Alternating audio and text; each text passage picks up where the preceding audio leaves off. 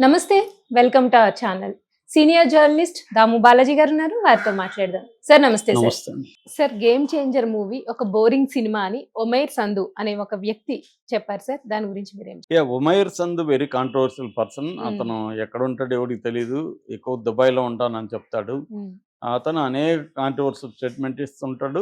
ప్రధానంగా అతను రివ్యూస్ ముందే చెప్పేస్తుంటాడు. Okay sir. ఎందుకంటే ఓవర్‌సీస్ సెన్సార్ జరుగుతాయి సినిమాలు. హ్మ్. వేరే దేశాల్లో సినిమాలు రిలీజ్ చేయాలంటే అక్కడ సెన్సార్లు జరుగుతాయి. ఎక్కువ దుబాయ్‌లో జరుగుతుంటాయి. హ్మ్. దుబాయ్‌లో ఇతను ఆ ఓవర్‌సీస్ సెన్సార్ బోర్డు మెంబర్స్ ఇతనికి ఫ్రెండ్స్ అన్నట్టుగా వాళ్ళు చూసి నాకు చెప్పారని ఇతను చెప్తుంటాడనమాట. Okay sir. అలాగా అతను అన్ని సినిమాలకి రివ్యూలు ఇస్తుంటాడు. హ్మ్. రీసెంట్‌గా 'పుష్పక్' కూడా ఇచ్చాడు. 'పుష్ప 2' చాలా పెద్ద హిట్ అవుతుంది.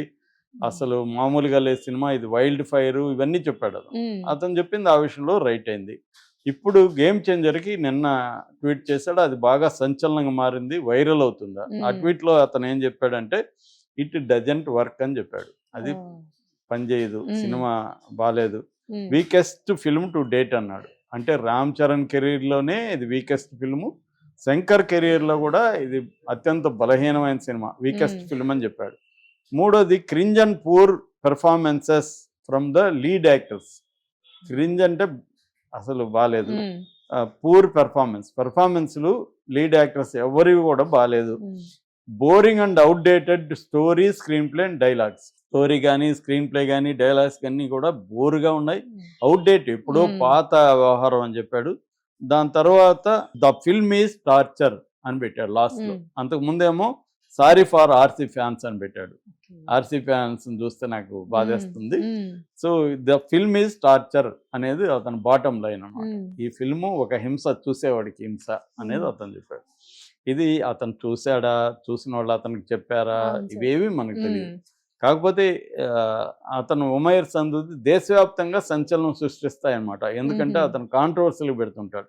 హ్మ్. రీసెంట్‌గా గూడా 'గేమ్ చేంజర్' ప్రీ రిలీజ్ జరిగింది గదా! హ్మ్. రాజమండ్రిలో. అవును సార్. దానికి కూడా కింద క్యాప్షన్ పెట్టాడు. అంటే పవన్ కళ్యాణ్, రామ్ చరణ్‌ని హగ్ చేసుకుండే హ్మ్. ఫోటో కింద క్యాప్చర్ ఏంది పెట్టాడంటే ఫ్లాప్ చాచా ఫ్లాప్ భతీజా అని పెట్టాడు. అంటే హ్మ్. బాబాయ్ అబ్బాయి. హ్మ్. ఇద్దరు ఫ్లాప్ బ్యాచి అన్నట్టుగా కామెంట్లు పెట్టాడనమాట. ఇతను మామూలుగా చాలా సినిమాలు గతంలో హిట్ సినిమాలకు కూడా 'సలార్' లాంటి సినిమాలు, హిట్ సినిమాలకు కూడా అతను ఫ్లాపు బాలేదని పెట్టినవేమో హిట్ హుహు. అయినాయి. హ్మ్. గొప్పగా ఉంటాయనేవి ఫ్లాప్ అయిన సందర్భాలు కూడా ఉన్నాయి. ఎవరు కూడా ఇప్పుడు రివ్యూలు చెప్పే వాళ్ళ అభిప్రాయాల ప్రకారమే హిట్లు, ఫ్లాపులు ఉండవు. అవును సార్. చాలా మంచి సినిమాలు కూడా రివ్యూ వాళ్ళు వాళ్ళకి నచ్చకపోవచ్చు. హ్మ్.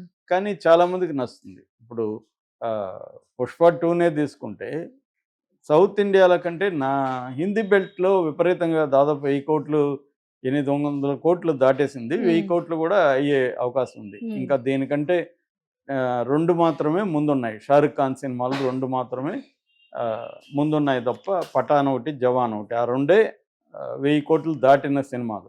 ఇది క్రాస్ చేసేసే అవకాశం కనిపిస్తుంది. అంత హ్మ్. స్థాయిలో. బెంగాల్‌లో అయితే ఆల్ టైమ్ హైయెస్ట్ 50,00,00,000 సినిమా బెంగాల్‌లో. ఏ హిందీ సినిమా గాని, ఏ బెంగాల్ సినిమా గాని హ్మ్. ఇంతవరకు రికార్డ్ లేదు. ఓహ్! నేపాల్‌లో 30,00,00,000 ఏ ఫారిన్ సినిమా ఇప్పటివరకు నేపాల్‌లో అంత కలెక్ట్ చేయలేదు. హ్మ్. మరి దాన్నంతా మనం ఇక్కడెవరు 'పుష్ప' చూసి గొప్పగా ఉందని చెప్పినోళ్ళు లేరు. అవును సార్. ఫస్ట్‌తో పోలిస్తే ఇది అంత గొప్పగా లేదు. హ్మ్. అల్లు అర్జున్ పెర్ఫార్మన్స్ ఒకటే బాగుంది హ్మ్. అన్నోళ్ళే ఎక్కువ మంది ఉన్నారు. కానీ మరి ఆ మాస్ చూసారు గదా!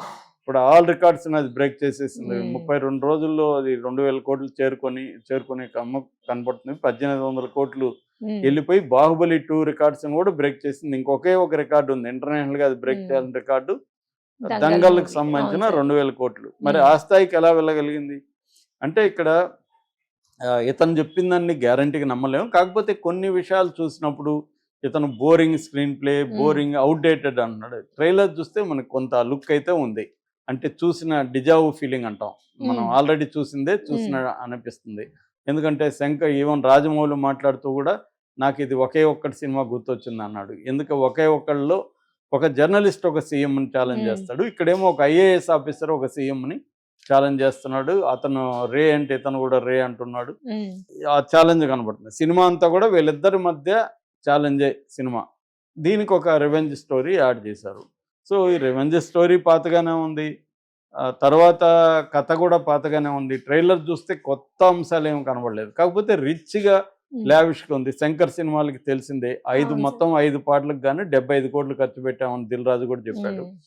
కాకపోతే మనం చాలాసార్లు ఏంటంటే ఖర్చు పెడితే మాకేంటిరా బాబు అనుకుంటారు ఆడియన్స్. నువ్వు ఎంత ఖర్చు పెట్టావు, దేనికి పెట్టావు నాకు అనవసరం, నాకు నచ్చిందా లేదా అవును సార్. అనే ఒక దీంట్లో ఆడియన్స్ ఉంటారు కదా. మనమేమనుకుంటాం 3 ఏళ్ళు కష్టపడి తీసాము, ఎన్నో కష్టాలు పడి తీసుంటారు గ్యారంటీగా. అవును సార్. కానీ ఆడియన్స్కి అవన్నీ అనవసరం. వాళ్ళు కనెక్ట్ అయ్యారా లేదా అనేది కదా ఆడియన్స్కి సార్. మాకు నచ్చిందా, మేము పెట్టిన డబ్బులకి మాకు వర్తా కాదా అనేది చూస్తారు. ఉమ్. ఆ రకంగా పాటలు ఖచ్చితంగా బ్రహ్మాండంగా శంకర్ తీసినట్టే కనబడతాయి విజువల్గా వినడానికి. ఈవెన్ అతను ఎవరు సూర్య కూడా చెప్తున్నాడు, జరగండి జరగండి విన్నప్పుడు నాకేమీ అనిపించలేదు, నాకు డిసప్పాయింట్ కూడా అయ్యాను, కానీ విజువల్గా చూస్తే షాక్ అయ్యాను నేనని చెప్పాడు. అలాంటి విజువల్ ఎఫెక్ట్ శంకర్ ఇవ్వగలడు. అతనికి యునిక్ క్వాలిటీ ఉంది పాటలకు సంబంధించి. కానీ అది సరిపోతుందా? ఇవాళ ఆడియన్స్ శంకర్ గత 15 ఇయర్స్ బ్యాక్ 20 ఇయర్స్ బ్యాక్ తీసిన సినిమాల పరిస్థితి వేరు, ఇవాళ వేరు. ఇవాళ మొత్తం మారిపోయింది. ఇంటర్నేషనల్ సినిమాలన్నీ మన ఇంట్లోకి చూసుకుంటున్నాము. ఏమన్నా అవును ఇప్పుడు సార్. అంతా మలయాళ సినిమాలు, చాలామంది ఎక్కడ పోయినా మలయాళ సినిమాలు మేము చూస్తున్నాం అంటున్నారు, తమిళ్ చూస్తున్నారు, లాంగ్వేజ్ ఇబ్బంది లేదు. కాబట్టి ఇంత ఎక్స్పోజర్ వచ్చిన ఆడియన్స్ని సాటిస్ఫై చేయడం అంత ఈజీ కాదు. ప్రతిదాని కొత్తదనం కోరుకుంటున్నారు, ఎక్స్పర్ట్లు అయిపోయారు. కెమెరా యాంగిల్ దగ్గర నుంచి టెక్నాలజీ అన్నీ తెలిసిపోయింది ఇవాళ జనరేషన్కి. సో కాబట్టి ఇవాళ శంకర్ గేమ్ చేంజర్ సినిమా అందరినీ సాటిస్ఫై చేయగలుగుతుందా అనేది మాత్రం కొద్దిగా డిఫికల్ట్ సిచ్యువేషనే. ఆల్రెడీ కొన్ని ఇబ్బందులు ఉన్నాయి. తమిళ్లో రిలీజ్ అవుతుందా లేదా అని ఒక టెన్షన్ ఉంది. ఎందుకంటే లైకా వాళ్ళు శంకర్ మీద ప్రొడ్యూసర్ కౌన్సిల్లో కంప్లైంట్ చేశారు. ఎందుకంటే తను ఒప్పందం ప్రకారం మాది ఇండియన్ 3 కూడా కంప్లీట్ చేసినాకనే ఇది రిలీజ్ చేయాలి, కానీ ఆ ఒప్పందాన్ని తను అతిక్రమించాడు కాబట్టి ఈ సినిమాని రిలీజ్ కాపండి అనేది ప్రొడ్యూసర్ కౌన్సిల్లో పెట్టారు. అది నడుస్తుంది, వాళ్ళు కోర్టుకు వెళ్ళినా వెళ్తారు. రెండోది కర్ణాటకలో ఈ సినిమా రిలీజ్ కాకూడదని అక్కడ కన్నడ ప్రో కన్నడ బ్యాచ్ ఉంటారు. నేను నిన్న చెప్పాను దాని మీద. ఆ ప్రో కన్నడ వాళ్ళు దీనికి రంగులు పూసేస్తున్నారు, బ్లాక్ రంగులు పూసి చించేస్తున్నారు పోస్టర్లు అంతా ఈ రిలీజ్ వద్దని. సో ఇలాంటి ఒక నెగిటివ్ ట్రేడ్ నడుస్తుంది అన్నమాట, ట్రెండింగ్ నడుస్తుంది దీనికి. పైగా దీనికి హైప్ రావాలనంత రాలేదు. ఒక శంకర్ రామ్ చరణ్ సినిమాకి హైప్ రావాలి, ఎందుకంటే గ్యాప్ వచ్చేయడం. శంకర్ వరుసగా ఫ్లాపులు తీస్తున్నాడు. స్నేహితుడ పెద్దగా ఆడలేదు, రోబో 2 ఆడలేదు, ఇండియన్ 2 అయితే అతి దారుణంగా ఉంది. ఇటువంటి ఒక శంకరు మళ్ళీ పాత చింతకాయ రివెంజ్ స్టోరీని తీసుకొచ్చి విజువల్ గ్రాండ్గా ఖర్చు పెట్టి తీస్తే చూస్తారా అన్న డౌట్ అయితే ఉంది. కానీ సినిమా చూసిన కొంతమంది ఇంక్లూడింగ్ మన సుకుమార్ లాంటి వాళ్ళు మాత్రం అద్భుతంగా ఉంది. ముఖ్యంగా సెకండ్ హాఫ్ ఎక్స్ట్రాడినరీగా ఉంది, ఇంటర్వెల్ బాగుంది, క్లైమాక్స్ చాలా బాగుంది. ఫస్ట్ హాఫ్ మాత్రం కాలేజీ సీన్లు, లవ్ రొమాన్స్ సీన్లు మామూలుగా వెళ్ళిపోతాయి. కానీ ఇంటర్వెల్ ముందు నుంచి మాత్రం లేసింది ఇలాగ సినిమా. సెకండ్ హాఫ్ ఎక్స్ట్రాడినరీగా ఉంటుంది. అంటే వీళ్ళిద్దరి మధ్య వచ్చేది కానీ ఫ్లాష్ బ్యాక్ అప్పన్న వీళ్ళ నాన్న క్యారెక్టర్ కానీ దాని సీన్లు కానీ.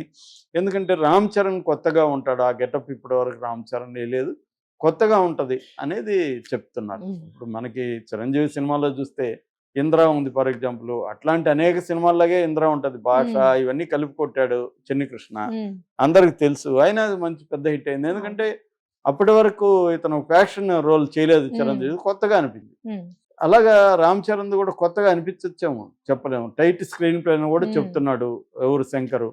అంటే రేసీగా ఉంటుంది, ఎక్కడ బోరు కొట్టదు. ఎందుకంటే ఇవాళ జనరేషను ఈ రీల్స్కి అలవాటు అయిపోయారు. 1 మినిట్ రీలు, 2 మినిట్స్ రీలు,